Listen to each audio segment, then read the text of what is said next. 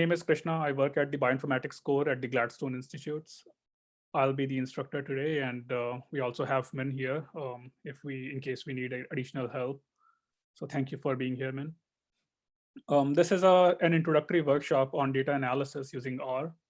And my goal in this workshop is to show you that R is but a smart version of calculators and that you already know a lot more about R than you may think you do. This workshop is intended for absolute beginners in programming and the Gladstone/UCSF community in particular. This is not a workshop or a coursework like you would perhaps have as an undergraduate, where people will an instructor will teach you a bunch of commands every class, and there will be 10 or 20 classes over which you will learn programming in R.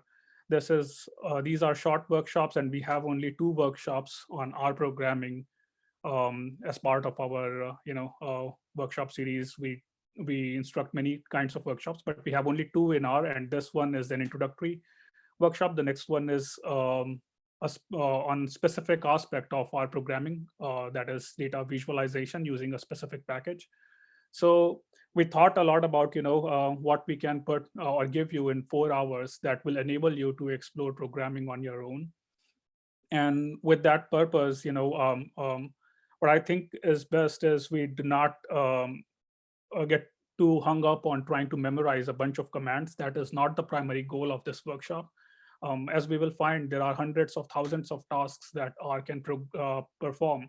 And there are commands that we will use for each of those tasks. And I cannot squeeze all of them in a 4-hour workshop. And even if I somehow did, you won't be able to remember them. And even if you remembered them, you will find that the language itself is very fast evolving, just like anything else in technology. And whatever commands you may remember today may change over time. So it is not even worthwhile to try to remember the commands, in my opinion. And as we will find, these commands have very English names. The names of the commands are English words, and they are easy to predict. That has been a very deliberate consideration in the design of the language. Which and together, our goal in this workshop is to focus on the elements of the R system. In that sense, we are more focused on the grammar of the language than vocabulary building. You can work on vocabulary in your own time. We will be using some words from the vocabulary of the R language, but we will not be trying to mug up a dictionary or something like that. We want to understand the elements of the R language, which are far fewer in number, and they don't change as fast, and they are also shared by other programming languages. So they are the primary intended deliverable in this workshop, and I hope they will enable you to explore programming and R scripting on your own in your own time after this workshop, and integrate it in your research. So that is the goal here. This is again not an undergraduate coursework in R programming. So please don't get hung up on trying to memorize all the commands that we will use, but instead try to focus on the concepts that make up the R language. So before we proceed with our discussion of the R language, I just want to clarify my background in R programming. I started with R programming during my PhD, where I was working with genomic data, computational biology kind of work. And in that community, or in our community of genomics and bioinformatics, R is a popular language. So I started programming in R, but very soon I realized that people actually started dumping terabytes of data on me. And I realized that R is too slow for my purpose. So I had to also shift to Python. But then I also realized that there are even more efficient ways to process data. So I shifted to also adopted shell scripting. Also, I've realized that these different languages, they have different strengths, which because of which they have all got users and the community which is passionate about using that language only and not going to any other language. But in general, I feel that most people are multilingual in the computational sciences field. And you have to be, because different languages have different strengths. For example, R has strengths in statistics and data analysis, data visualization. Um, Python has become popular for machine learning, deep learning type tasks because of the some libraries in Python which are very good for that kind of purpose, easy to use and well developed. So that community use deep learning community and use Python because of its speed and because of popularity of the packages in Python. But also, of course, you can do all that in R also, as we will see. And then there are other languages such as MATLAB maybe for more popular among engineers, Mathematica among mathematicians. So there are different languages, and your research will lead you into different languages. So once again, I'm saying all this because for one, you may or may not be sufficient for all your purposes. And for me, what it means is that as I learn more languages, I also learn their strengths, and I don't use R for everything. When I started with programming, I was trying to use, maybe for a while, I tried to use one language for all kinds of analysis. But eventually, I started to diversify, and now I don't use all components of R. So I will invite all kinds of questions that you may have. There are no stupid questions here, so please feel free to ask whatever you may have on mind. But I cannot guarantee clever answers always. There will be some stupid answers, and there will be some answers like I don't know, and we will together find out what the answer is, because we live in an era where knowledge is easily available on demand. So we want to focus on the grammar, and whatever we don't know, I will try to give you an understanding of the grammar, and where I lack vocabulary, I will try to compensate by Googling. And I hope you will all be okay with that, because, well, that's how I work, at least. Anyway, with that disclaimer and brief background on what our intention in this workshop is, let's get started. The way I've organized this workshop is, first of all, I'll give you some motivation on why you should be switching to programmatic approaches to data analysis instead of using Excel or whatever else you may be using. Once again, reminding you, this workshop is for absolute beginners. So if you are not an absolute beginner and have some experience with R programming or Python, then you may find some repetitions here. I hope it will still be useful, but we get lots of absolute beginners. So this workshop is intended for absolute beginners, part of the UCSF Gladstone community. More like if you are a wet lab biologist and who has never done any data analysis, then this workshop is for you. And for those who have some experience, I hope there will be still something useful. We will be doing hands-on work in RStudio after a brief motivation, and then I have given some exercises at the end, which we never get time to get to because people have their own questions. So I'm happy to answer those, and exercises are there for you in case you don't have any data analysis needs of your own and just want some tasks, to practice. But I believe all of you have already got lots of data in your hands that you want to analyze. So maybe the exercises are not something that you should be focusing on. But anyway, these are some of the topics that we will cover. We'll start with the RStudio interface, and then we will do some basic arithmetic operations, and then we will focus on functions and libraries, which are the key components that make up the R system. And then we will proceed with loading the data. I hope you have all downloaded the data files that I have shared with you all. And then there will be some discussion on troubleshooting error messages. We will explore the data, do some plotting, do some statistical analysis, and learn about more data structures, etc. And I'll explain what those things are as we move along. So to start with, once again, I just want to emphasize that R is but a calculator. It has a lot more buttons, and it has a different way of pushing those buttons than a calculator provides, where we have those tangible or physical buttons which we push with our finger and then we get results. R has an analog of what a button does on a calculator. So we will try some of that. And those analogs are what are called as functions, such as, for example, to add two numbers on a calculator, you will press 2 then you will press the plus sign and then maybe press another number, let's say 3, and you will get a result. Similarly, in R, we have commands, which are very English words. You already know those words. You just have to realize that they are the words that R understands as well. So for example, to sum up two numbers, there is a command sum. You give it a bunch of numbers in parentheses and it will sum them up. To multiply numbers, there is a command called as product, or an abbreviation for that command for the word product, PROD. So our folks and programming folks are in general, they are a bit brevity inclined. So wherever we can get rid of some words or some characters in our English word and still retain the meaning of the word itself, then people try to do that. So for example, here we have PROD instead of product, SQRT instead of square root, complete word. And once you see this in a script or a file, you will know what this means. So we will try these out, and there are some links here on the slide in case you want to explore some R commands, but I will just advise Googling on your own instead of referring to these specific links. Now, some of you may be using Excel for your data analysis needs. I will say that Excel only allows you to explore the surface of your data because it has very limited functionalities.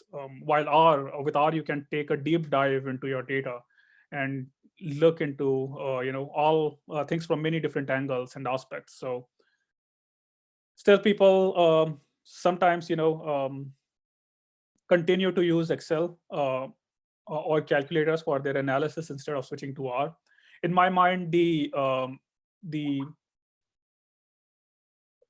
gap there, or the hindrance to adopting R is more like the hindrance my grandfather has to switching to smartphones instead of his old school mobile phones. Actually, that was also a bit of a leap for him, and he is not used to using an interface of a smartphone, and he just finds it weird that there are no buttons on the smartphone. But for anyone who has adopted and moved on to a smartphone technology and has experienced the old school mobile phone, perhaps you will understand that smartphones are perhaps more intuitive, or at least as intuitive to use. And with the new interface, there comes a lot more flexibility in how we can use the smartphone, or what all we can do with a phone. So similarly with R, there is a new interface that we have to learn, a programmable interface. But other than that, it's very intuitive. Still, people stick to Excel because of familiarity, but that is not a reason to continue to stick to it. Our Excel only provides you ways to do simple visualizations. R is like a visualization heaven, so it is worth switching to R. On Excel, you will find simple statistics only. With R, there are all kinds of statistical methods. In fact, if there is a statistical method that exists, you will perhaps find it implemented in R. R was developed by statisticians, so it is very much popular in the statistics community. So all statistical methods and visualization methods for exploratory analysis, you will find them implemented in R. Excel is falling short, so that's why we are all here. And also Excel is a paid option, so why pay for something inferior? R is free of cost, it is open source, and it is popular among biologists, among your colleagues. R understands all kinds of biological data formats. So, and it is vetted by a large community of users, and people are frequently updating all these packages and functions in R. So there are many reasons to switch to R. Figures like this, a heat map, which maybe look like too complex a thing to generate with Excel, they are just like hitting a button in the R environment.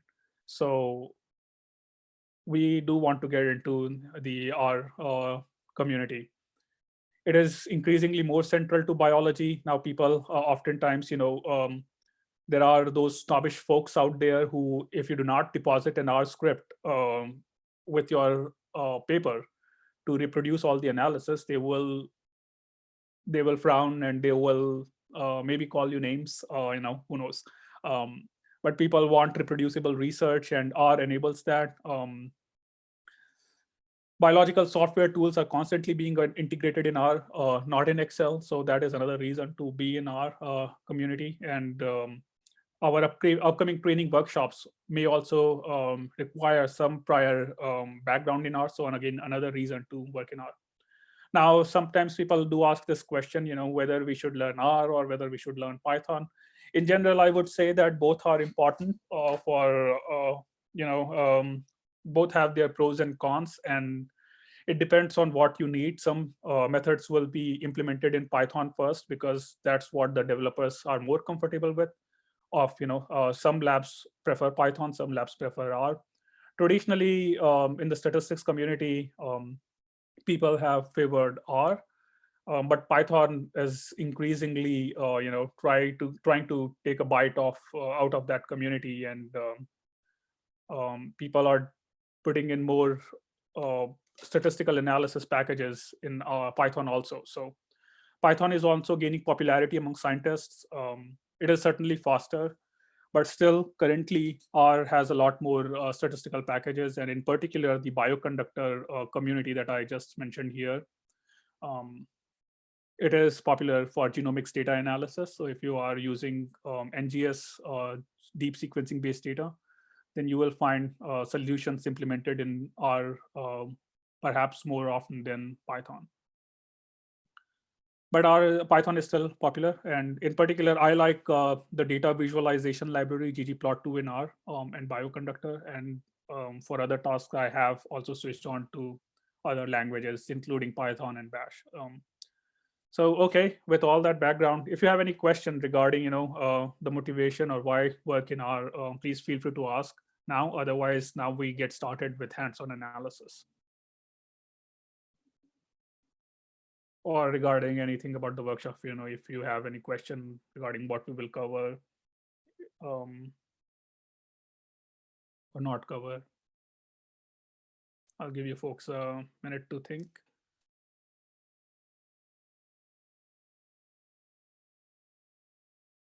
Again, all questions are welcome. Please feel free to unmute yourself at any point in time and just ask away. I don't take offense if you have to interrupt me. That's all cool.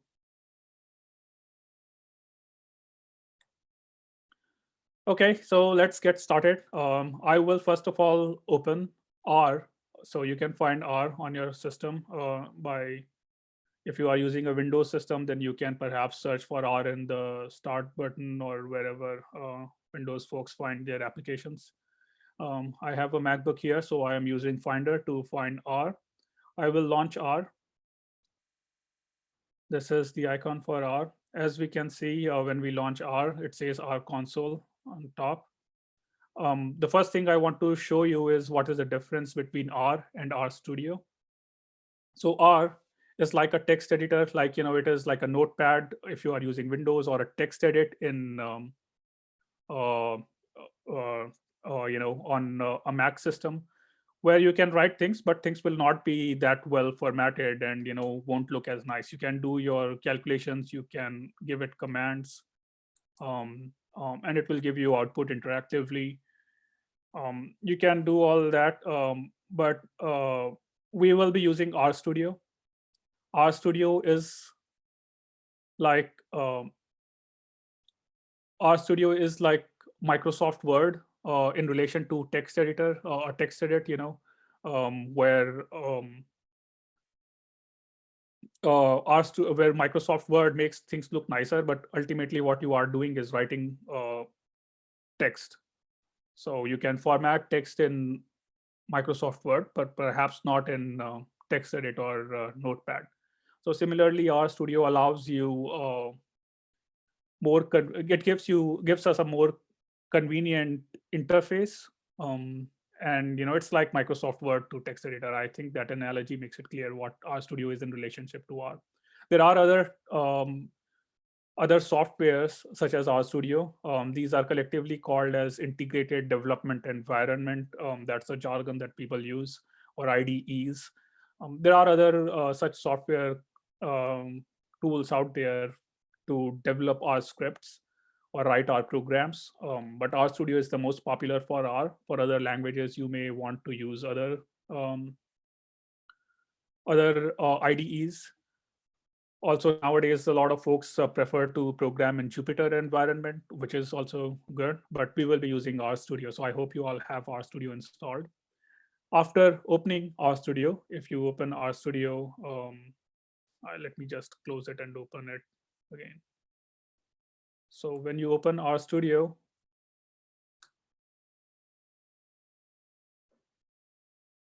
you will see 4 panels like this. The bottom panel is exactly the same as what we see here. The R console is the same thing here. We can ask R to perform some tasks here. Like I'm using simple tasks for now, like performing square root of a number, or adding numbers, or multiplying numbers, and it will give us an output. But when we are doing analysis, we often want to save whatever instructions we gave to the computer so that maybe we can revisit them later on. And for that purpose, we want to write things in a file instead of interactively asking our questions. So that is the purpose of this top left panel. So if we write an instruction here, first of all, we will save it. We can save this file. So I will save it just like you would in any other environment, such as Excel or Word. You go to File and click on Save As, and you save it as a file. So I will save it as, let's say I want to save it here, where in workshops. I will save it here as basic intro during workshop .r. So this will save as the .r file. .r is the extension for R scripts. And one thing we will notice when we write this or something else, after pressing enter, we are not being given an output. R is not telling us what the square root of 7 is. Nowhere on this page or we see the output of square root of 7 displayed. To do that, we have to execute these commands. So here we are writing our commands in a file. And by default, R assumes that you are building the script, but not currently do not want to run it. So if you want to run it, then you have several options. You can either select everything using Command A or Control A on Windows and press Command Enter.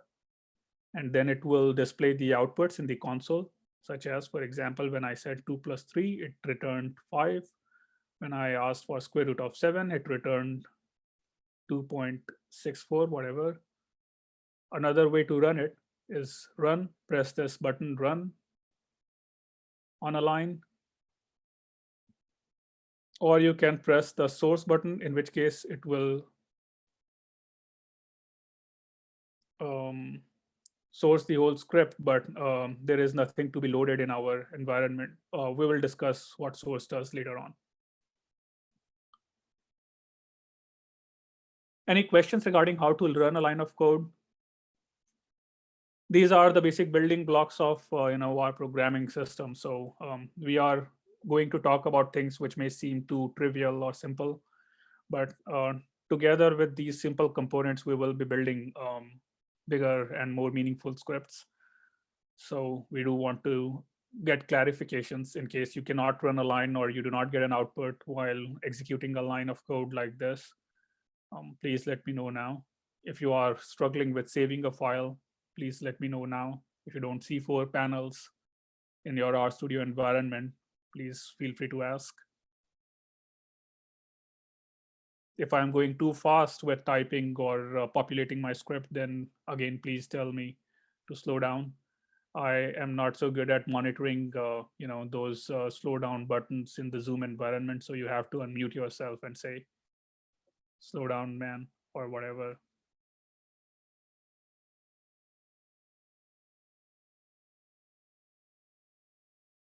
So I hope the purpose of the left two panels is clear. We will look at the right two panels again in very shortly. Let's see what we have on the slides. What all do we want to cover? Okay, want to cover some commenting assignments. So now, as we populate the script, we will see scripts may get very long. Like for example, the files that I have shared with you. I will open one of them. So you see that once the script gets very long, it may not be very clear why you performed a particular step. We should think about our programs as a piece of literature intended for human beings, addressed to human beings and not to the computer. That's a saying, quote by a very famous computer programmer or scientist, Donald Knuth. So our scripts should be addressed to human beings. They should be, we should treat them like a piece of literature. And any piece of literature, we want to guide the human beings how to read it.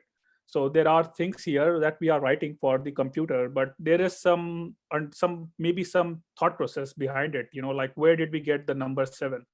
For example, instead of 7 in our script, we may have a data set. Here, for example, I have this data set. So you may want to leave a comment here saying where I got this data from this particular location on the web. So you may want to leave comments for human beings to parse your script so that they can understand how why things are in the script the way they are, or if they need more information, then where to find that information. So for example, here we don't have anything meaningful in the script, so we don't have any meaningful comments to leave, but I will just leave a comment here. The way to leave a comment in the R environment, by comment we mean something that the computer will ignore, but humans can read. So anything that starts with a hashtag in R, any line that starts with a hashtag or anything after a hashtag on a line is interpreted by R as a comment for the human beings, but not for the R to execute. So for example, I'm writing here trying out the square root function. So that's a comment that R will ignore. So if we run this line, it will ignore this line because it will assume that there is nothing to run. So it will just print it like this, but there is no output from this line. While the second line is run and we get a display of the result from taking the square root of 7. We can have multiple lines of code, comment, like trying out the square root of 7 square root function using the number 7 as an example. It can be any number. So again, we can write anything. If there are grammatical mistakes or meaningless things, again, R will not complain, but your human readers they may think that you are writing gibberish. So you do want meaningful comments. You just don't. But grammatical mistakes are okay there. Again, just trying to tell you what the basic elements of the R scripts are. You can multiply numbers using the asterisk. Asterisk is for multiplication. So 2 star 3 is multiplication. 3 divided by 2, that slash represents division. So again, we can leave comments if we want or not. I also tend to hit Command S to save my file routinely, because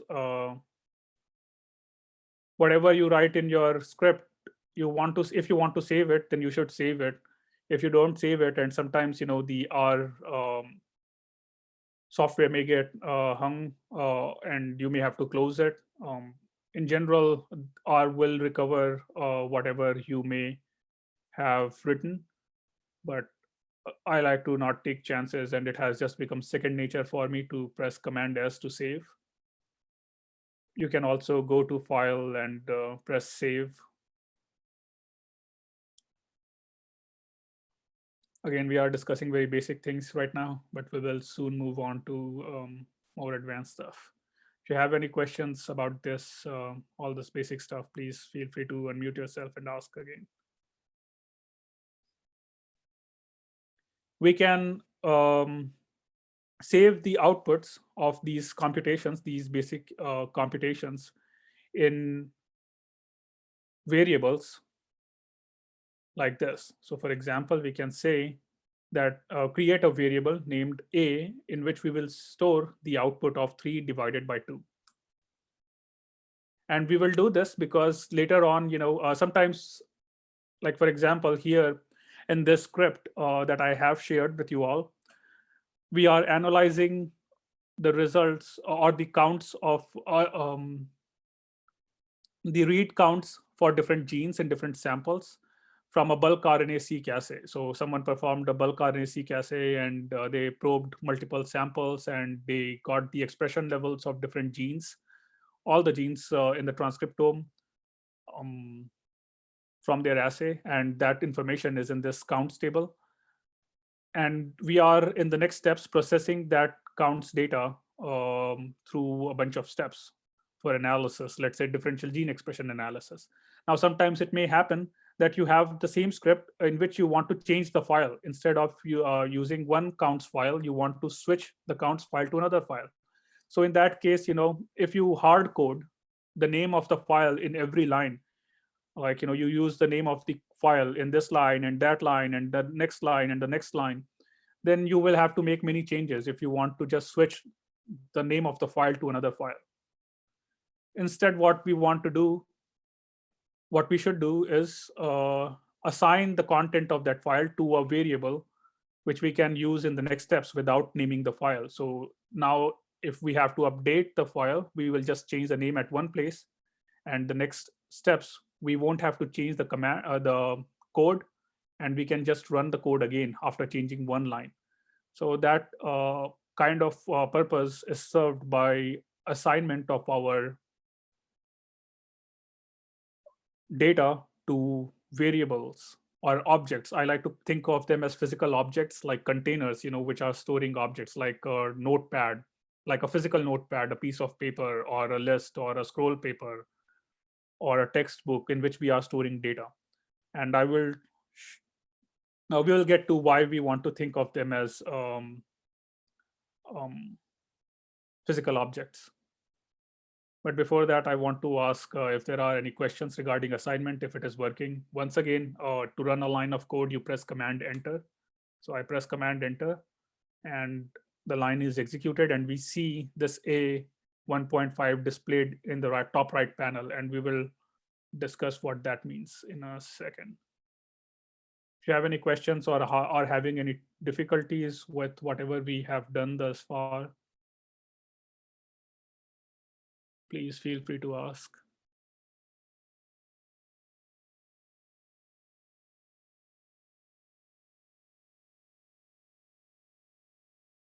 Okay, let's look at what this top right panel is doing.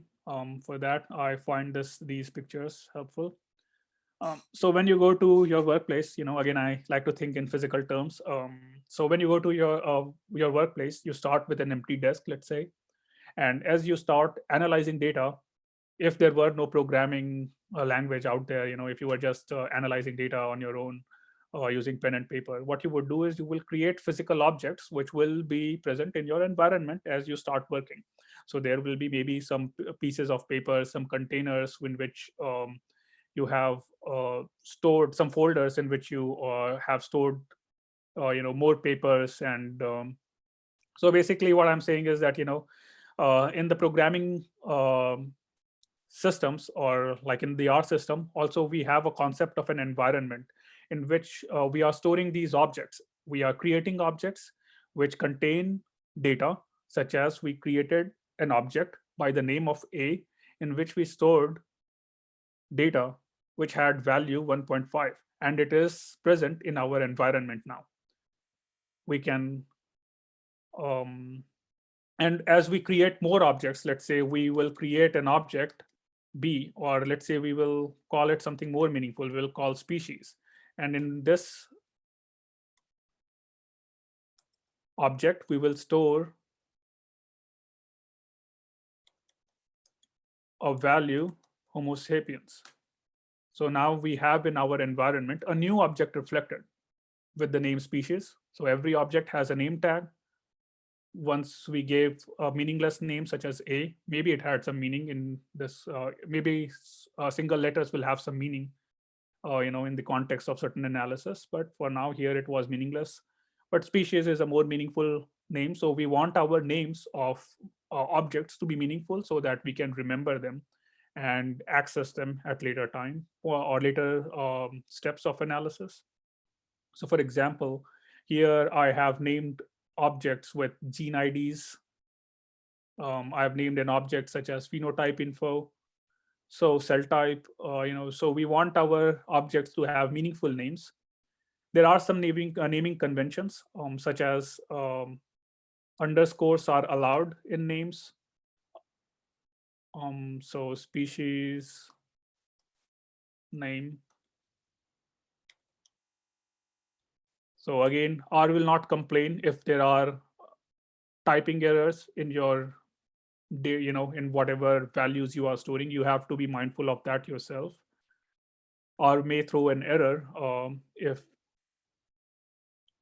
the later steps are expecting correct name and they R does not find the correct name.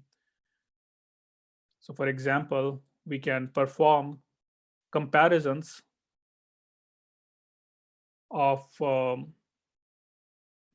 data values. So for example, species underscore name has this value HOMX. So we can check if this species underscore name has the value homo, and R tells us it does not. So it displayed false. False means not true. This double equal to means check for equality of the left hand side and the right hand side. Single equal sign actually has the same use as the arrow, this arrow thing that we have created here. This arrow is created by pressing the less than and the dash button. There is no key with this arrow symbols. I think once in one of our workshops, someone was looking for this symbol on their keypad. So it is the less than followed by a dash and a single dash, a single arrow. So when we execute this, species is musculus. What was I going to say? So yeah, we can, instead of having an arrow, we can also have an equal there, equal to symbol, and it will do the same thing. But by convention, we prefer the arrow symbol, and the equal to symbol is preferred for other uses, as we will discuss later on. So we will, throughout, for assignment of values to data objects with a given name, we will use arrows, and we will keep equal to for something else, as we will discuss. So I have shown you some basic arithmetic operations that we can perform in R: addition, multiplication, division. These are things that you can perform on a calculator also. We can store these values in objects with given names. This is moving towards a smarter version of calculators. And we can have more meaningful names than single letters. The names can have underscores. They can also have periods. So we can have species dot name as rat, and that is okay. There are some naming conventions that we have to follow, and I have listed very simple ones. Let's see what. So So names can be combinations of letters, digits, period, and underscore. It must start with a letter or a period. It cannot start with a number. So, and it cannot perhaps also start with an underscore. So you have to start with a letter or a period. But after that, after a letter or a period, you can have letters or digits or period or underscore. And there are some reserved words in R. For example, we cannot say false is um, false is rat. We cannot say that. When we do that, R will throw an error because false is a reserved word. False has a specific meaning in the R system. It means not true for the result not true. It is reserved for that to make the to have that meaning. So you cannot assign an object name as false, but you can give an object name false in lowercase, and that is okay because lowercase false is not a reserved word in R. So that is okay. So this also means that the object names are case sensitive. So for example, if we search for species, you can access any object by writing its name and pressing enter. So R will display the value of that object in the console. Again, I'm using command enter at every step, but you can press run. I'm more of a keyboard type person, but some of you may be mouse type. So in that case, you can press run. If we press command enter on this line, species, it will throw an error. It will say that the object is not found, and it is not found in our workspace or environment. We did not create any object with this name label, the uppercase S. We have a lowercase species, but we do not have an uppercase, a species starting with uppercase S. So if we change it back to lowercase s, it will display the content of that object named species.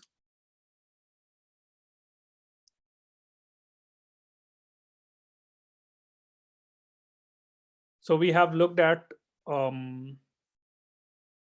some basic arithmetic operations, assignment of data values to objects, and we have looked at least one logical comparison for equality of two objects. We can have other kinds of logical comparisons, such as we can ask if something is not equal to something else. So for example, we can ask if species is not equal to species. So this exclamation is read as not, and that's what it is also interpreted as. So we are asking if species is not equal to SPCS is not equal to this other object named species. And it returns true because that is a true statement. Species is indeed not equal to species, as we can see in our environment.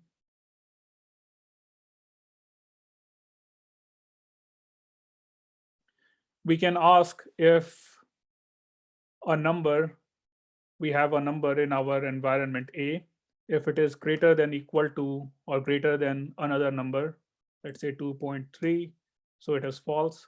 We could also have asked if A is less than 2.3, it is true. So those kind of logical comparisons are allowed in R.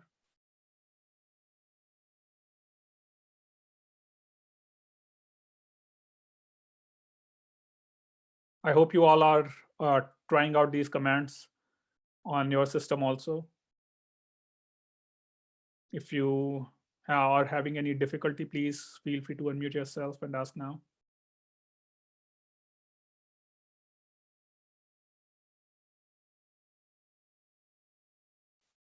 So let me see if there are things that I have not covered from our slides. So we discussed comments. In general, we want our scripts to be rich with comments. Wherever you feel like somebody may need some detail, trying to understand your next steps, then you want to give a comment. Sometimes, for example, you will make some choices in steps of analysis because you found something on a website. So you can give more details on www.google.com, wherever you can provide the links to those web pages here. And as you will see, you can start a comment on a line at the end. You can start, whatever follows hash will be ignored by R. R will read anything on a line before a hashtag. So you can hashtag, leave another comment in a line. Seems someone has unmuted themselves. So if you have a question, please feel free to ask.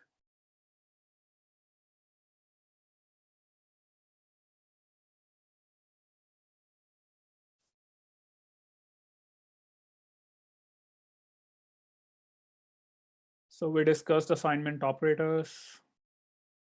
And I think here I did assignment of only single values, but we can also assign outputs of operations. So we do not have to give the precise values that will be assigned to an object. We can give commands. We can say that something is the sum of 2, 3, and that's okay. So R will first perform this computation, sum of 2 and 3, and it will store the output in this object named something. Few other things I can also point to is that we can override the assignments in previous steps. So for example, previously we assigned the value Miss Musculus to species, SPSCS. Now we will change it to, let's say, whatever is the content of this object, species. So that is okay. That R will understand and execute. So SPCS has now taken the value that was stored in this container species or object, this object species. So both SPCS and species are Homo sapiens. And if we go to a previous line and run it now, then we get a false value because species is now equal to species. SPCS and species are both equal, while previously they were not. So we got a true value. Now they are equal. So we are getting false for this statement.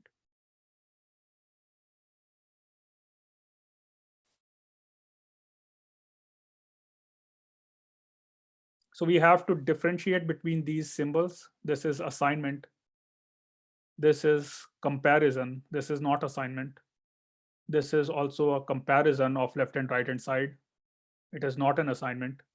This is an assignment of value, whatever is on the right to the left.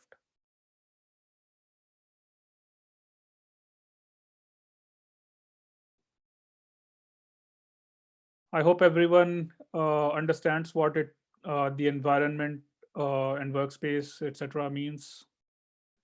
Once again, please try to think of these these data values as being stored in real physical objects. Again, Donald Knuth, who is famous for programming, etc. And yes, he has written a book on the art of literate programming. I think that's a title where perhaps he discusses some of these things. But another point he makes is that we should try to think more about, when writing programs, we should think more about how we will instruct another human being to perform the tasks that we want performed instead of thinking about, writing the code. So if we can think about how we will perform a task or how we will instruct a human being to perform a certain task, then the next step of writing it out for the computer is pretty easy. So think in terms of physical objects. We have discussed all these logical comparisons. I have listed some of them on the slides. We have not discussed and or, so let's discuss them briefly. So we did some logical comparisons here, greater than, equal to, less than. we can combine these together. We can combine multiple comparisons together. So for example, we can ask if A is greater than equal to 2.3 and species is not equal to species. So it is giving us false because at least one of these two is false. When we say and, then the output will be true if both these statements, both the parts of the statement are true. So this is a statement where we are saying that A is greater than equal to 2.3 and species is not equal to this other object species. And this is a false statement. So R is returning false value for this. And we want to learn how to write these kinds of statements because our analysis workflow will sometimes, we will make choices based on these comparisons. If this something is true, then we will print something. If otherwise, we'll print something else, or we will do something else. So to guide the flow of our analysis, we want to make such logical comparisons and be able to write such statements. And together, when we piece these things together, we will be writing pieces of literature which both computer and human beings can understand.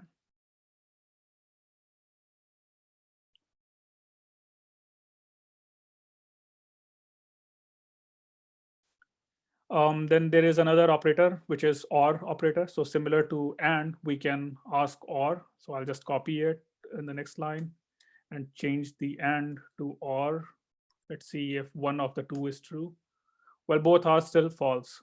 So this statement is saying this or that is true, but neither of them are true. So let's change it to equal. And now we will get a true output because this is still false, but this part is true. So now R is telling us that this statement overall is true.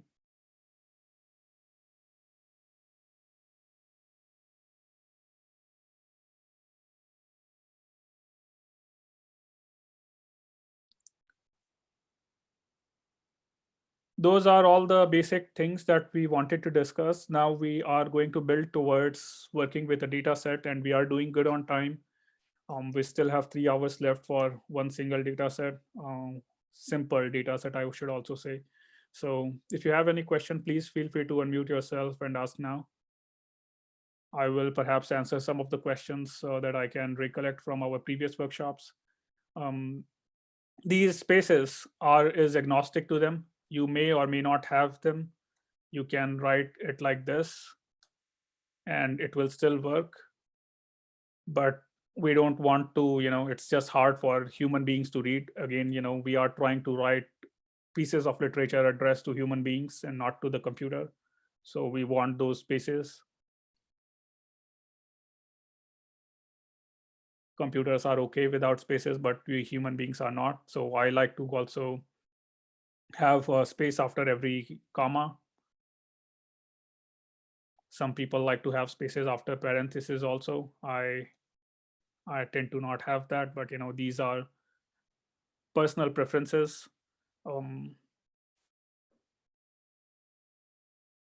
Different writers will write different in different ways.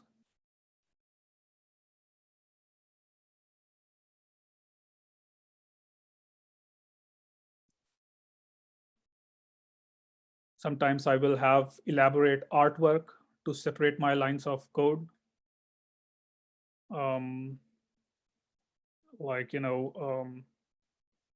starting with logical comparisons. And we will separate it with no real comments, just, artwork. Because again, it is a piece of literature addressed to human beings. So we just want to beautify our code if we can. Not beautify, but make it easy to read, So there should be sections. Sections may have titles, just like you will write in a paper, you have introduction, you have conclusion, you have results. So you can have such sections in your code also. Generally, it is a good idea to have those sections so that people can just parse your code quickly and identify which section they need to focus on, or what they should be able to quickly identify what they are looking for if they are looking for something specific.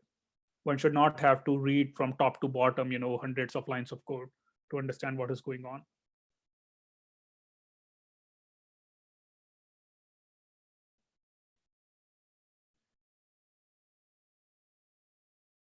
Let's say we have an extra dash here afterwards. Instead of one dash, we have two dashes. So R, if we run this, R may not throw an error message, but it may still not be the right thing. So for example, what is happening here is this dash, this extra dash is being interpreted by R as a minus sign, where the human writer forgot to add space in between the assignment operator of this arrow symbol and the minus sign. So R is assigning a value of -5 to something, while it should have been +5 if that was our intention. So the purpose of me discussing this is that R is sensitive to every character that is there, other than white space. I think it ignores most of the times. But other than that, if you have a period there or a star there, R may throw an error for some of them, but may not throw an error for some of them. And it may interpret them in different ways, which may lead to erroneous results at the end. So you want to be very careful and mindful of what you are writing. In general, there is a quote. It says, a good programmer looks both ways, even on a one-way street, because things can go wrong in many ways. I would say that even after looking both ways, sometimes I feel like, why did I not look again? There will we can only be so much perfect. We perhaps will make some mistakes here and there, but generally they get identified because the results will not make sense. And then you will know that you have to go back and look at the code, and then you may find where things went wrong. So you should be mindful of what you are writing, and if you write something wrong, then you will get R may not throw an error, but still your results may look weird. So just be mindful of that. You can have line breaks. So for example, we could write the same thing in 2 lines instead of 1 line, and now something else has this value 5. It works because R understands that this sentence is not complete. You start by saying that there is an object to which I want to assign. Now, that's not a complete sentence. So R will continue reading until it sees the completion of a sentence. So it will see that now you are saying that something else should have the value sum of 2 and 3, and then it will assign that value. You may have some other statement in the next line, but R will ignore it. R will still run just the first 2 lines if you just run command enter or run on that line, because from here to here is one complete sentence. So R is not going to dream that this next line should be a part of this line. If you just have it here after a space, then R will perhaps throw an error, because this is again not a meaningful sentence. Something else is sum of 2, 3 space product of 3, 2. What does the space represent? 2 and 3 and product of 3 and 2. There is how do they get combined? So you can say that I want to add them and then store them in something else. So now something else is 11. It is the summation of 2 and 3 and product of 3 and 2.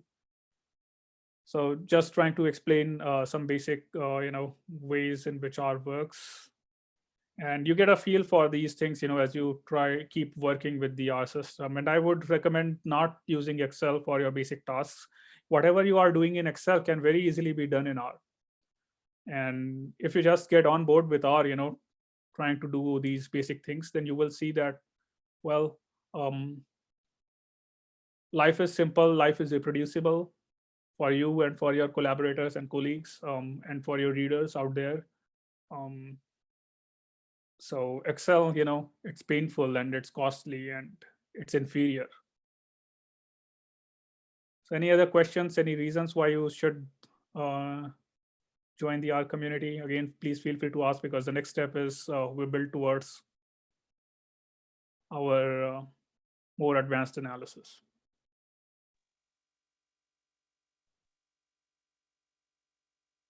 Okay.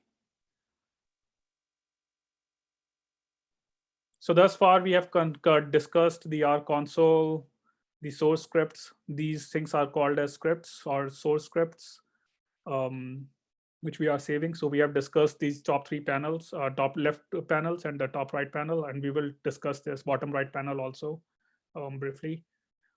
These are things we have discussed, and we have looked at commenting what environment means.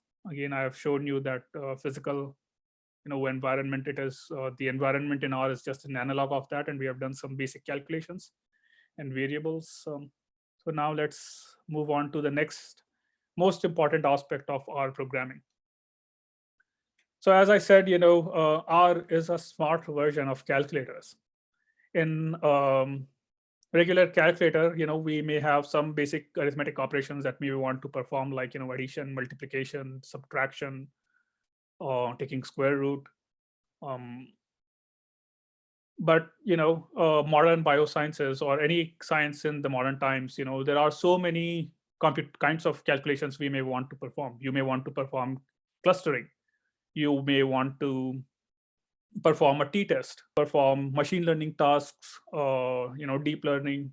You may want to plot data, scatter plot, Boolean plot, UMAP. I don't know what kinds of plots you may want to generate. There are hundreds of thousands of things that you may want to do. And if we have a button for everything, then the calculators or our keypads will look like this. And it is not a very practical way to approach or to design a smart version of calculators. So it makes sense that these buttons, or the analogs of these buttons in the R system, they are written out. They have a name, such as sum, product, mean, t-test. These are all commands or functions in R, the labels that you would have maybe on a keypad if one were designing a physical keypad, with to perform all these tasks. Instead of having those physical buttons with labels on them, we write them out in an R script, and we instruct R to perform these tasks. So functions, in that sense, are to R what buttons are to calculators. And since R can perform hundreds of thousands of tasks, and these tasks are much more, complex tasks than perhaps the basic tasks of summing up numbers or multiplying them. They may require more than 2 or 3 inputs. They may require many inputs, and they may require many different types of inputs. So all of these inputs, which are again data values, everything is data, right? We are trying to instruct R to take in a bunch of data and perform some task and give us some results. So that's what these functions do. They have slots to or arguments which allow them to take multiple data values, and they may in return give one, more, or none output. So they may give as a result multiple outputs, or one output, or no output. So for example, there is a function which is called as read.table. And what it does, it takes in the name of a file, again data. It takes the name of a file. The data is the name of the file here, and it will read it, and it will display its contents in the R environment. So that is its output. It does not return a result of a calculation or anything. It just reads in file, and it displays its output. Now, few things to notice about this function. It is called as read.table. As I said, you already know a lot of R. You just have to realize it. Now I have told you that there is a function called as read.table. Let's say you want to read CSV file. Can you just take a guess, what the command will be called? Well, let me give you one example here, and then, for others, maybe I'll ask you to give examples or prediction of what the command will be called. But here already someone has, uh, I don't know, maybe they already know it, but maybe it is a prediction, but it is called as read.csv, and that is correct.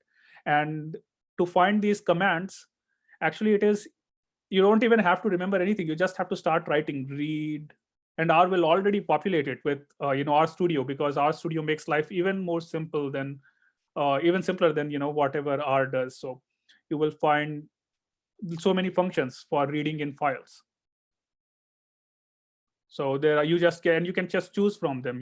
There are so many of them, and they all come with their help page, and I will describe how to access the documentation further. Now let's say I've told you read.table is to read a table. Do I really need to, or do you really need to memorize what is the function to write a table? Maybe you can already guess, what is the command which will write a table. Anyone wants to just unmute themselves and just, share their prediction with us? Write.table, that is again correct. So, and write.table, now for CSV file, it is write.csv. And again, if you start writing write in our environment, it will already suggest what you want to, a few functions for you to use. So that's just how it is. And it's not just for, read.table is one example, but there are functions for biological analysis, such as if you want to take the complement of a DNA sequence, there is a function called as complement. Or there may be functions, I'm not sure if there is a function called as complement, but there will be functions. You will have to, again, I don't do complementing of DNA sequences in our environment. But there will be some functions which will either be called complement, or for the brevity inclined folks, it may be called COMP or something like that. So I will describe, there is a question from Julia. How do you decide what to use? For example, there are tables in many file types. So I will get to that in a moment. Please remind me if I forget that question. Thank you for the question. That's a very important question. But this function complement, it will take in a DNA sequence, ACGT, you provide it the sequence, and it will complement it, and it will give you the output, TGCA. You can chain these functions together. You can say, you give a function file name to read.table, it will read the table, and then maybe there is a function, there isn't one called as HR, but maybe there is, so there will be a function which someone can create. I have not used a function, but maybe there is some function out there, because R has hundreds of thousands of functions. So if there isn't one, someone will create it, or someone may have already created it. I don't use such single buttons, single functions for complete analysis. But there may be one function which will perform a bunch of steps using a HR, which is a package for analysis of the gene expression data. So here I'm just giving you an example. Maybe I could have come up with a better example. Please forgive me for giving you fictitious examples. But you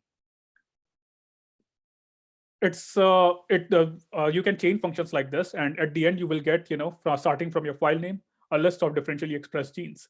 And that is basically what an R script is. It is passing on data values from one function to another to perform a bunch of tasks and get an output, which you can save in a file using write functions or some other functions, and we will discuss that. So the HR thing that I just named in the previous slide, this HR, it is a package. And what package is? It is a collection of functions. And again, it is helpful to think of in terms of, R being a smart version of calculator. So for example, in a smartphone, we have an app store where we have lots of apps or applications which we can install on our cell phone. And we don't install all of them, and they don't all come pre-installed on our cell phone, because every application has it takes up some memory, right? In our computer or in our on our cell phone, it will take some disk space. So if we install everything that is out there in the world or on the app store on our computer or cell phone, then our cell phones will take forever to start. Instead, the solution in this age of connectivity and this modern age is that there is a centralized repository somewhere in the world, or multiple repositories where people are managing these libraries, where people put they develop functions and they collect all of for related functions together under in one package, which is called as a library, or I guess package. They are both the synonymous words. So there are these packages which are deposited for, or there are these repositories called as CRAN, bioconductor, um, where people deposit packages for specific kinds of analysis. So for example, if you want to analyze RNA-seq data, there is a package called as EdgeR.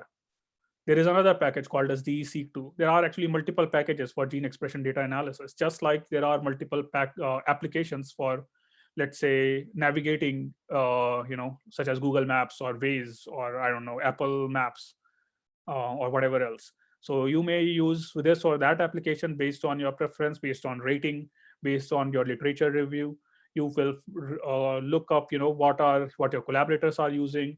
You will read papers where people, or maybe you will attend a conference where someone will present a package, and you will come home and you will download that from a repository and you will start using the functions from that package.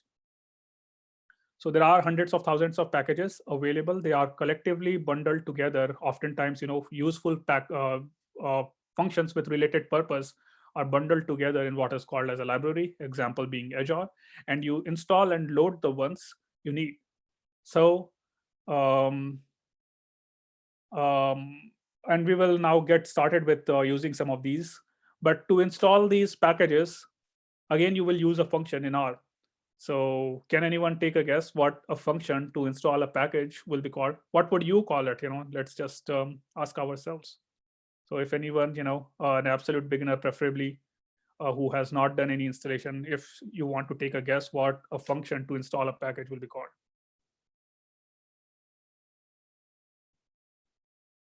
Maybe you can just start typing install in RStudio and it will already tell you. Install dot packages. That is correct. So, you don't really need to memorize all of these things. And the reason why I'm saying this is because oftentimes I find that, beginners are too hung up and feel inconfident that they don't know hundreds of thousands of functions to analyze data. First of all, you cannot know hundreds of thousands of functions. And second of all, even if you know them, these packages, these functions, as methods of analysis evolve, and people complain that this function name could be more intuitive if you use that name. So people will adopt different names and there will be different names. So you don't really want to memorize things. So if you want to install a package, you just go and write the name of a package, such as, let's say, EdgeR. I won't install it, but if you run this, it will download. You have to be connected to internet and it will download some files from internet and store it somewhere on your computer, and you will be able to access those packages for later use. And we will do some of that later on. So just to show you, that things are very intuitive in R, and it is indeed a smart version of calculators, and it is intuitive. It is not, something complex. And the resistance here is only a lack of familiarity if you are not using it already. So, okay, and then, something I already mentioned earlier, but calculators, for example, they may take only numbers to perform a task, but R, again, being a smart version of calculators, it can do variety of tasks, and those tasks may require variety of inputs. So for example, in trying to read a file, we of course need to specify what the file name is. We may also need to specify where that file is on our computer, because otherwise, what do we want R to go around scanning our whole computer looking for a file? No. So we may want to specify the address of that file on a computer, on our computer, as we will do when we try to load a file. But in addition, we may want to specify the format of the file, the type of the file, like what to, what are the values in the file separated by commas, semicolons, spaces, tabs, we may want to specify that. And if the file has a column header, like are all the columns labeled, are the rows named, we may want to specify those kinds of things. And all of that is easily accessible. That documentation is easily accessible by writing a question mark followed by the name of a function. So if you write $read.table, you will see all the inputs that read.table takes displayed here, such as file name, whether the header is present or not, separator, quote. So we will discuss this as we go on to the next steps. But before that, let me answer a question by Julia. So how do you decide what to use? For example, there are tables in many file types. So, well, sometimes there will be specific functions for specific file types. So for example, read.csv is meant to read CSV files. So if you have a CSV file, you can use read.csv, but you can still use read.table, and you can tell it that the separator is instead of a space, which is what this default is signifying. This default of nothing is saying white space is considered separator between column values. Instead of that, we can override it with a comma, and you can specify that. So there are preferences, personal preferences. I would say, why would someone use Google Maps instead of Waze? There is no real maybe someone finds it more someone picked Google Maps since before Waze and they stuck to it. Maybe that is the reason. Maybe Waze has some features which someone is looking for and they want that and they are using that. But and it is similar here. But for example, there may be specific file types. Let's say there is a FASTA file, which is a kind of file type storing sequence data. It is a standardized file format to store DNA sequence data or protein sequence, but it is a standardized file type, .FASTA. So there are functions which are called as read.FASTA in some package out there, which will read FASTA files. So you want to use that function for FASTA files. To read Excel spreadsheet, there is a function which is called as read.xlsx for read Excel files. It will be a part of, it is not by default loaded in R. It may be a part of a library called as XLSX, which you will have to install and then load it in your, just like you will open an app. You will load a library by calling a function library, and then you can see all the libraries that you have installed on your computer. And I have XLSX. I think this is also for Excel files. So yeah, this package will once you load it, you will now have a read_Excel. This was not earlier available in our current environment, but now it is, because we loaded a library with that function. So now we can use a function from that library and name an Excel sheet to read it. And again, we can specify which sheet from our Excel file to read. So all those kinds of features are available to us.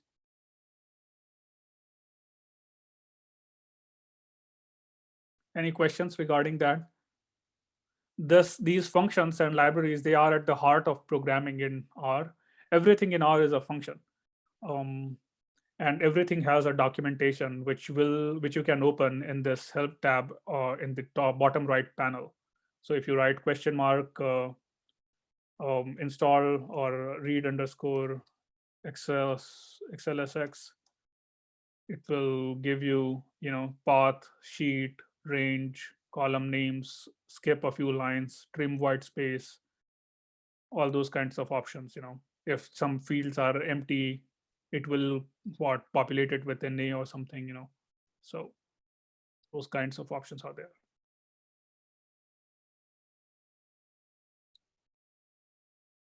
So this is, I guess, now with this information, we can start analyzing our data, building towards a script. Excuse me. Yeah, go ahead. Hi, sorry, I have a question. So if you go back to,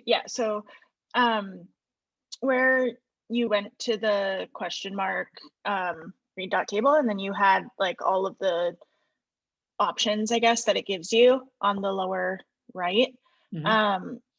Is the way that you would use that, like, would you copy and paste that back in and then change what you want to change? Is that how that works? Well, that there are no rules here. This is documentation, but you can do whatever. So, for example, I may want to say, let's open a new file, and I will try to read in a file. So the way I use it is, I don't really remember, what functions are there, and even if I remember, sometimes I forget specifying them.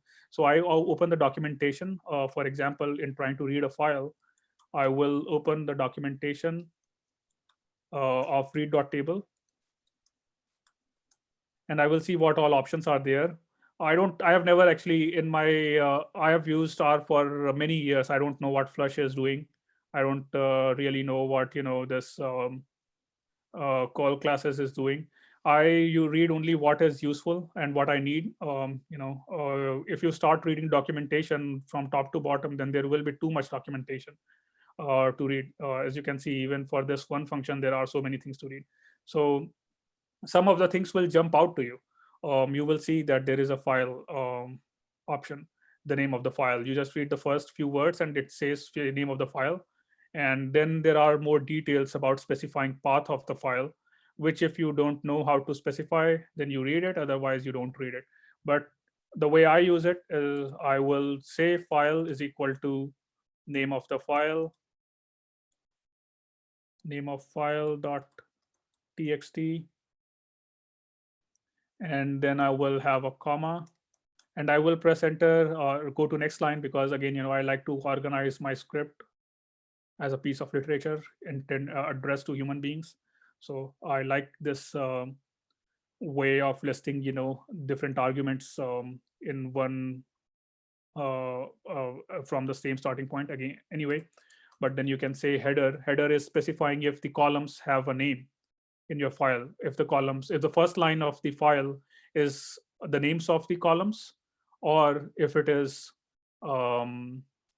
the values in the column. So you may want to, because the tables may be saved there without column names, right? So you can say true, which means that the file has column names, and then maybe you want to specify that the separator is a tab character, and then I will save it in a new file.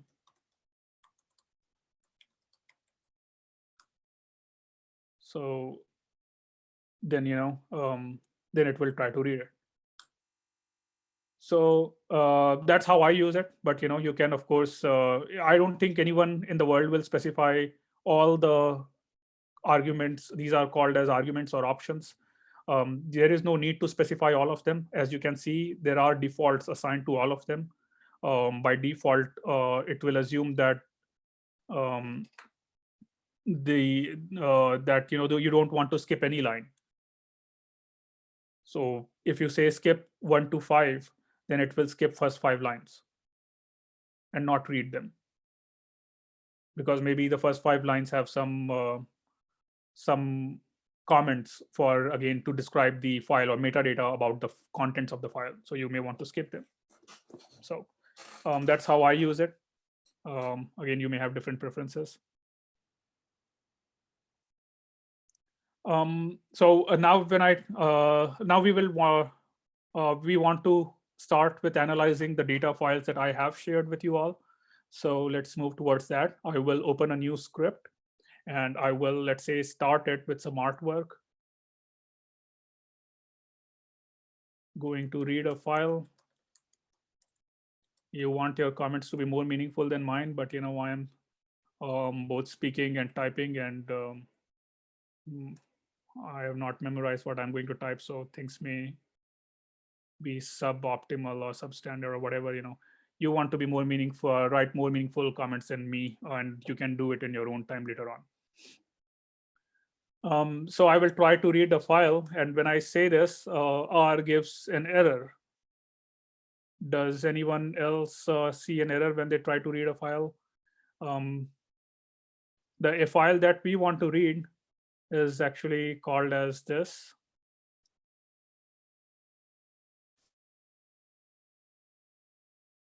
So when you try to read it, well, I'm still getting an error. Is anyone else getting an error? If you are getting an error, that's all right. We will troubleshoot them. It is part of the plan. Things are not going wrong here. This error is planned here. Well, you will get an error. Some of you maybe perhaps are getting an error, and the reason this error is appearing is because we have not specified the path to this file. Where is this file located on your computer? Is it located in your current working directory? Working directory is where when we open R by default assumes that all the files that you are referring to are in this particular folder, which is by default the settings are, it will point to a certain folder. But in general, you will not be doing all your analysis from the same folder on your computer. So you have to change the working directory to the place where the files that you want to access are located. But before we get to setting that, how do we understand what is going wrong? So you can, first of all, read the error message. Here you will see that, this error message is saying that there is no such file or directory, which makes sense. That can give you a hint of how to troubleshoot your error messages. Other is to reopen the help by doing $read.table or by searching in this search bar, and then you again will get the same documentation. And again, you can see by reading the documentation, if you do that, you will see that it says that if it does not contain an absolute path, the name is relative path to the current directory. So there is some talk about path to the file. And it is also suggesting command get wd to check where we are working from. So we are working from this directory, user/Krishna Chaudhary. That is the top level directory on my computer. And by default, it seems R is assuming that that's where we want to, when we name a file, it is assuming that the files we are referring to are from that directory, but they are not. So we will change it. And the way I change it is this. I would go to session, set working directory, and I will choose a directory. I will hover here for a second for all of you to find this option in your menu. Session is referring to this current session of R, and for this session, we want to set the working directory. So we will choose a directory. And I will go to where I have the files that I shared with you. So you want to be in the directory where I have the file. This file is the one we want to use, GSCA lactation gene-wise counts. So we will just open this directory, and we will see that R automatically writes a command for us. Since these directory paths tend to be long, I don't like to type them out because there can be typing mistakes. What I do instead is after selecting this manually, I copy this directory path to the top of my script. Because next time, now when I run this script, after closing this session and restarting RStudio, if I come back to running this script, the first line that R will run will set the working directory to the location where I have the files. So the next lines won't throw an error. So that's how I set working directory. Now, again, these are practices. People may have different practices. There are no hard and fast rules around this. If you are a very keyboard type person, then you can certainly type it out.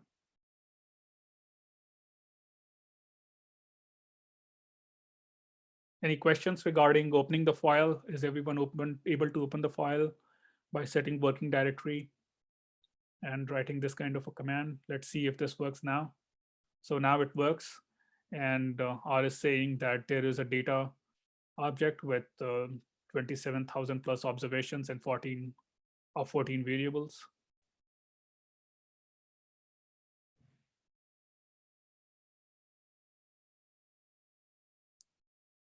Let me see if there are things that I want to discuss from the slides.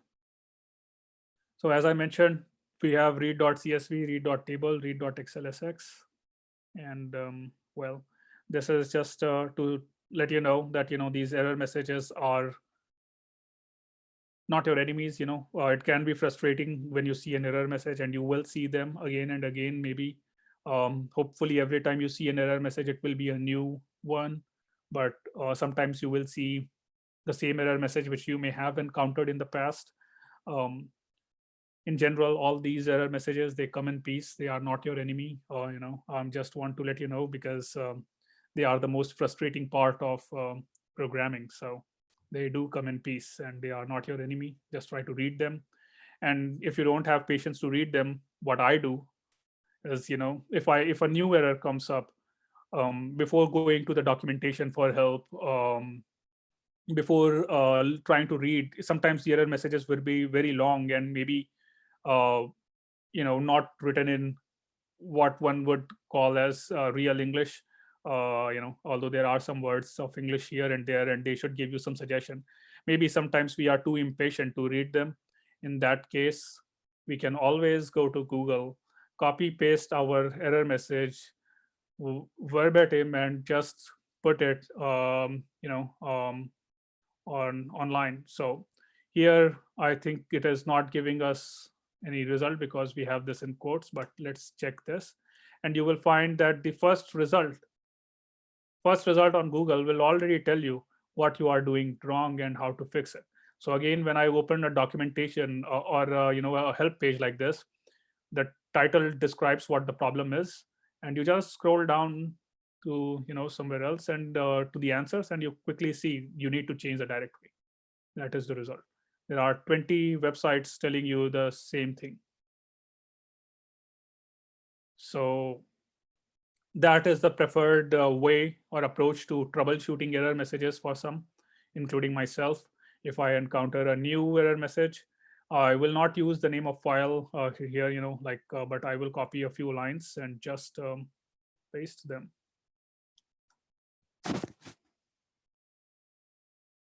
Because these error messages, everyone gets them. And well, Google is always helpful. We live in an era where knowledge is available on demand.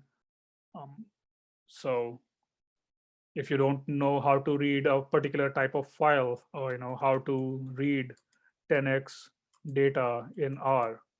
10x is the single cell RNA sequencing. 10x Genomics is a company that provides the technology for reading in 10x data. For single cell sequencing, they provide services. But anyway, if you want to read 10x data, and you need to find what commands will help you, just go how to read 10x data in R. You want to have this in R at the end, and you will get the function at top. How to do differential analysis in R. Differential gene expression analysis in R. Again, you will find lots of packages. What you want to do is go to a package. This is a package called as DESeq2, again another popular package for analysis. And you can load the kind of counts file that I have given you. You can use these functions in like here, for example, it has the same kind of counts files that they are working with, and you can just load it, and then you can copy, or you should read the documentation, the vignettes, trying to understand what is going on. But at the end, it will be just using these commands from the documentation like you would from a paper, and pasting it in the R environment, changing the names of the files and running them. Of course, you should be looking under the hood what these functions are doing, but that is a second level of learning with respect to learning R. it is just like reading a language. And we have already discussed most of the essential elements that make up the R language. Um, and the next step is you have to understand the statistics. That is a goal you should strive for. What the functions are doing is statistical functions, especially read.table is not doing anything more than reading a table. But you should try to understand what the statistical functions are doing. But in some cases, you will have collaborators who have understood what those functions are doing, and they recommend those packages to you to use for analysis. And then maybe you can trust their judgment, and maybe you will find that in literature people have said that these packages are very good for analysis of this kind of data.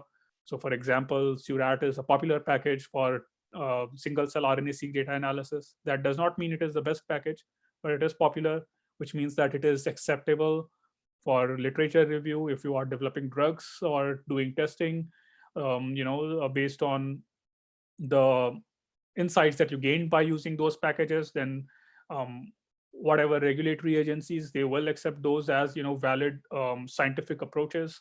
Of course, there is the science runs very deep, so there is no end to how far you can go when trying to understand a particular function and what it is doing.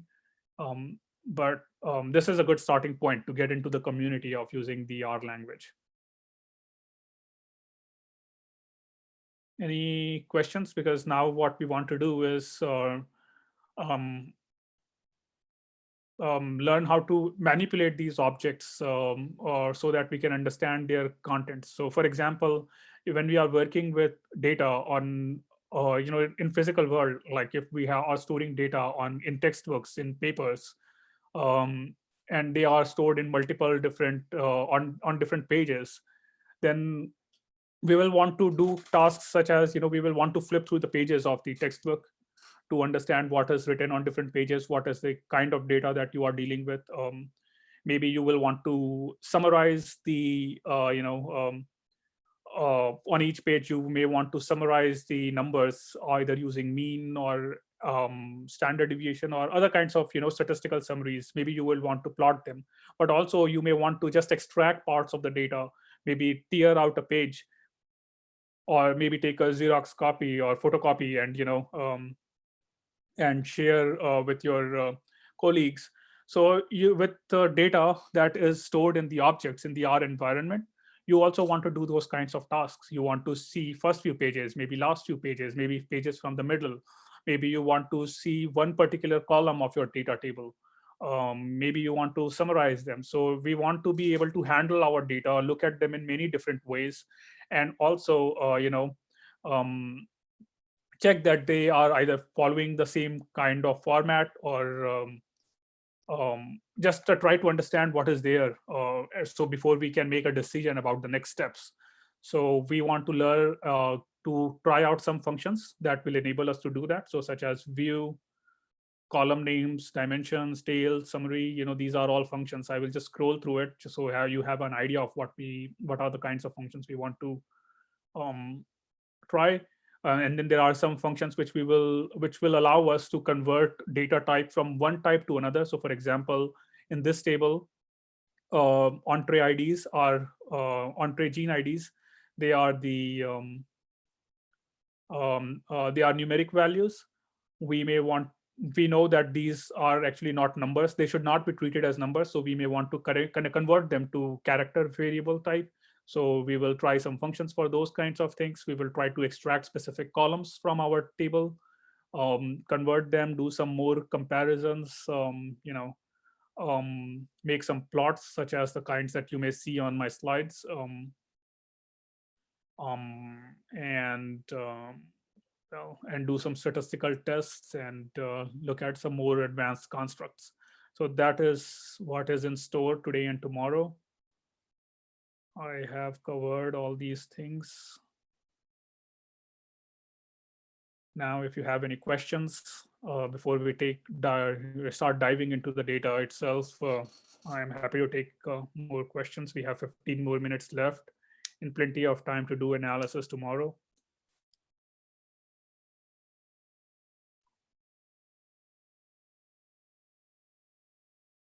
anything that you may think of. There are again no stupid questions, but there are perhaps some stupid answers. So questions are welcome.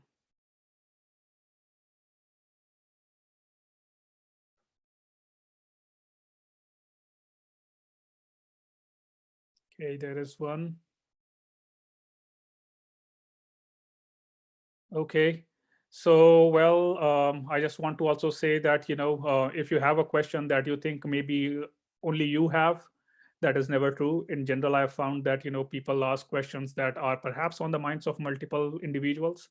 We just, everyone is thinking that someone will ask it, or, so that's, do not feel any hesitation in asking questions. If not, then I'll proceed. But again, you can interrupt.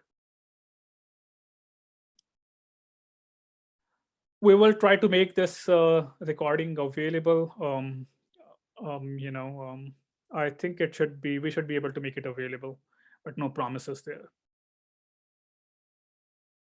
Generally, last time once I was trying to release a recording, I realized that I had not been very careful in managing my screen, and there might be some private information that might have leaked. So because of those kinds of concerns, I generally am hesitant to release recording. And I don't know, maybe other things also.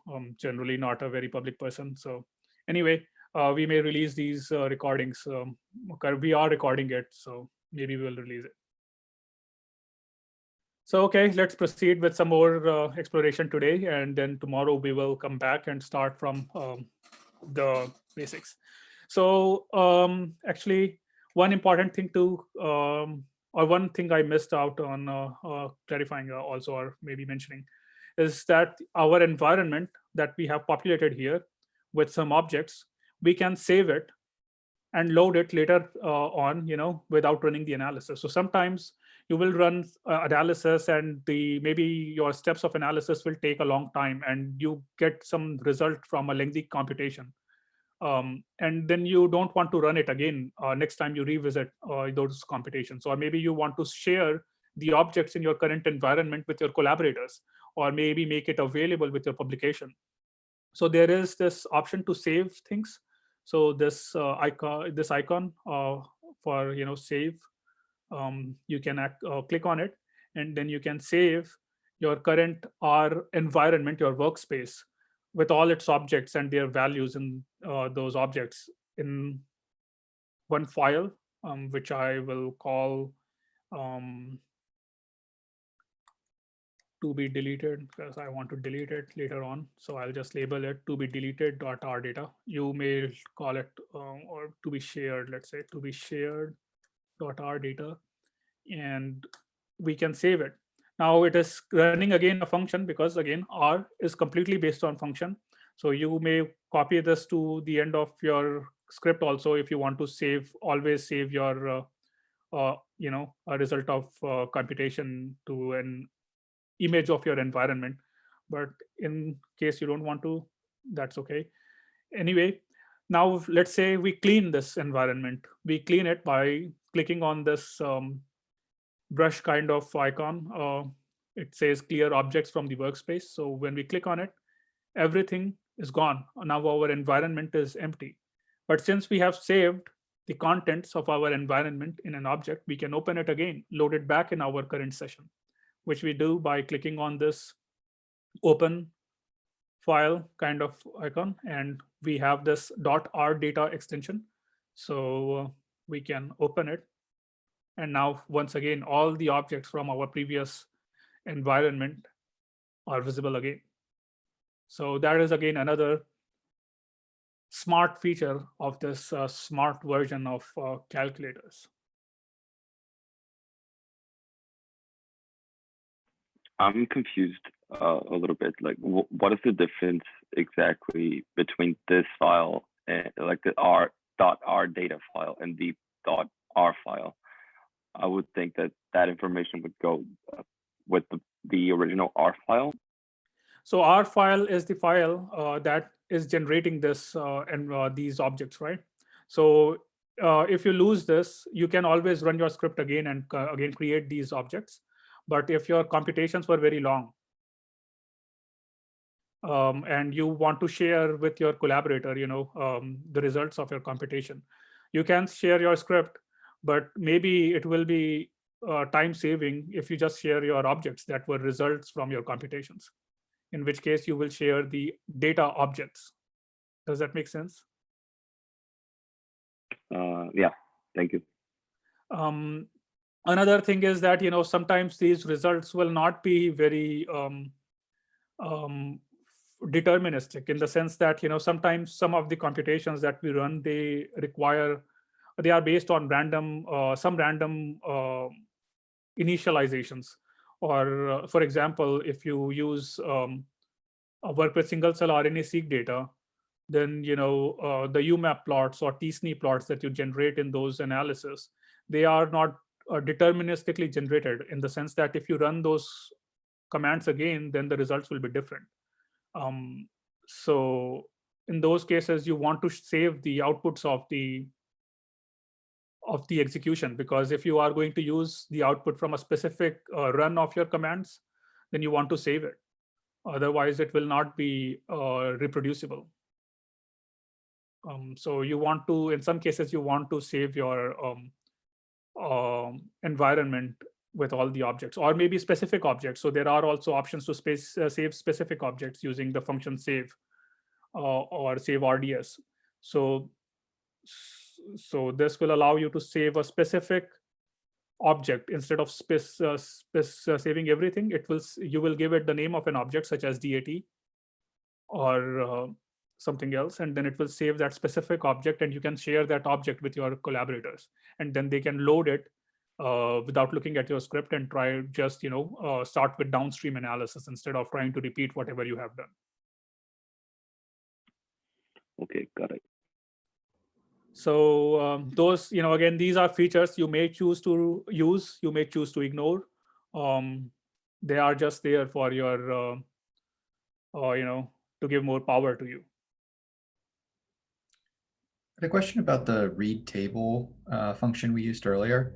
Is there a way to run a function like that and have it execute, I guess, without actually dumping all of the data? So what do you mean? When you run read.table, it is displaying things like this? Is that what you are seeing? Execute a function without dumping, what do you mean by that?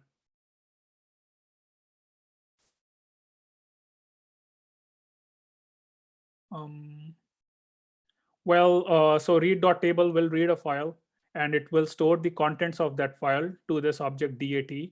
And if you want to operate on this further, then you can either do this in the next steps and overwrite. Like, for example, I will say read.table, this was the output. It has 27179 observations. Now I will delete the rows 1 to 6. So I will say, or I will say delete rows minus 6 to 1. So I will update it, and now it has 27173 observations instead of earlier 27179. If you want to selectively read the file, again, you can skip some lines, but read.table will do something, and you will have to pass it on to another function to do some more tasks. If you want to subset the table, for example, you want to say, I want DAT to have only the subset. So maybe one way will be to say subset.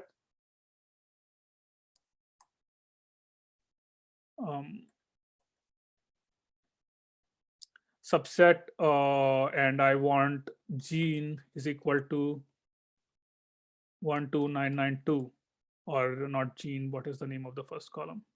Entry gene ID. So you can say, so in that case, now it is, we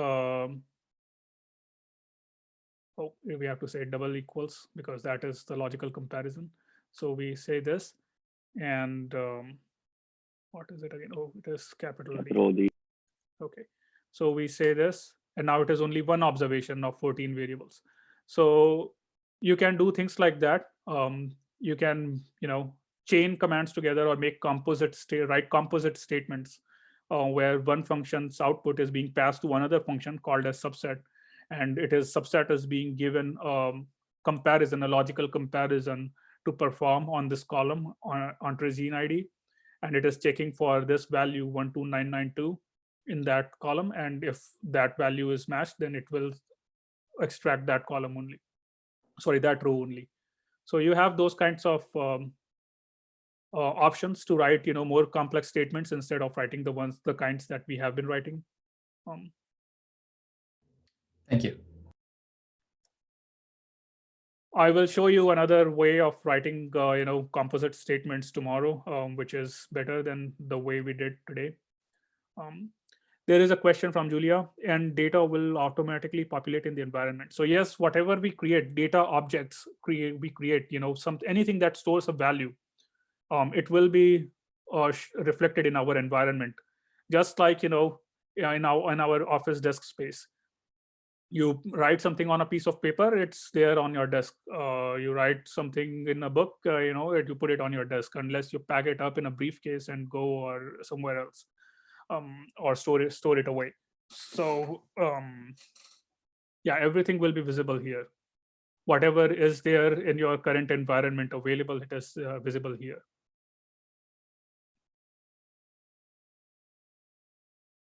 So we have 5 minutes only. I will like to take only questions. I don't think there is too much time to do any much more analysis, but I will encourage you all to read this script. I think you can all perhaps parse it like if you were reading a piece of literature. I hope it is somewhat, I did not spend too much time writing it, but I did spend some time. You can parse it, it's not too much to, you don't have to be a genius to really know what view function will do. It will just view the contents of that table, and it will display it in a nice format so that you can check what is there. And we have already looked at this kind of thing, question mark, and then we are reading it again. Again, this column COL names, it's not too much of a leap to know what it will do. Column names will display the names of the column. So we will try out those kinds of things tomorrow, and I will invite all questions again tomorrow, so that if you have any kinds of tasks that you want performed with this data, we can look into that, and together we will build some scripts tomorrow. And if you have more questions, we have 4 more minutes, which we can answer them.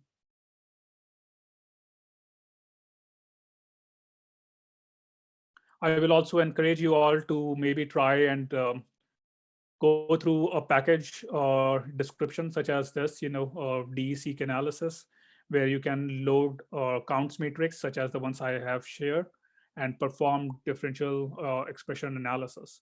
Just see what, if you can make sense of the functions and get a feeling of, how to do analysis on your own in your own time after this workshop, because that is the real goal, to enable you to do analysis on your own. And I cannot give you hundreds of thousands of functions to do that. I can just give you an understanding of how to write any code to do any kind of analysis. So I'm here to take answers for the next 3 minutes. Otherwise, I'll keep blabbering, I guess, about things. And one important thing to perhaps know as a beginner is that, this language is it's a good language. It provides lots of functionalities, and basically, if anything, something that you feel like other people will also need, there are already good solutions for them out there in the language implemented there. So for example, sometimes people try to write the same command again and again for different data objects. You don't have to do that. If there are constructs such as loops, which will operate on perform a same set of tasks on different objects. So you can write those kinds of statements, and there are if-else kind of constructs which allow you to guide your program to make decisions about which kind of step to perform. So we can discuss all that tomorrow. Yeah. I don't have too much to share because 2 minutes is, I think, not good enough time to start with the next steps. Please also feel free to look at our slides. And we don't have to stick to all of this tomorrow. We just have, these are more like the guide to what we will be doing, and more we will discuss tomorrow. So also please feel free to log out if you don't have any questions, and we'll see you tomorrow. Thank you for the session. It was great. Have a nice day. Glad to hear that. Thank you.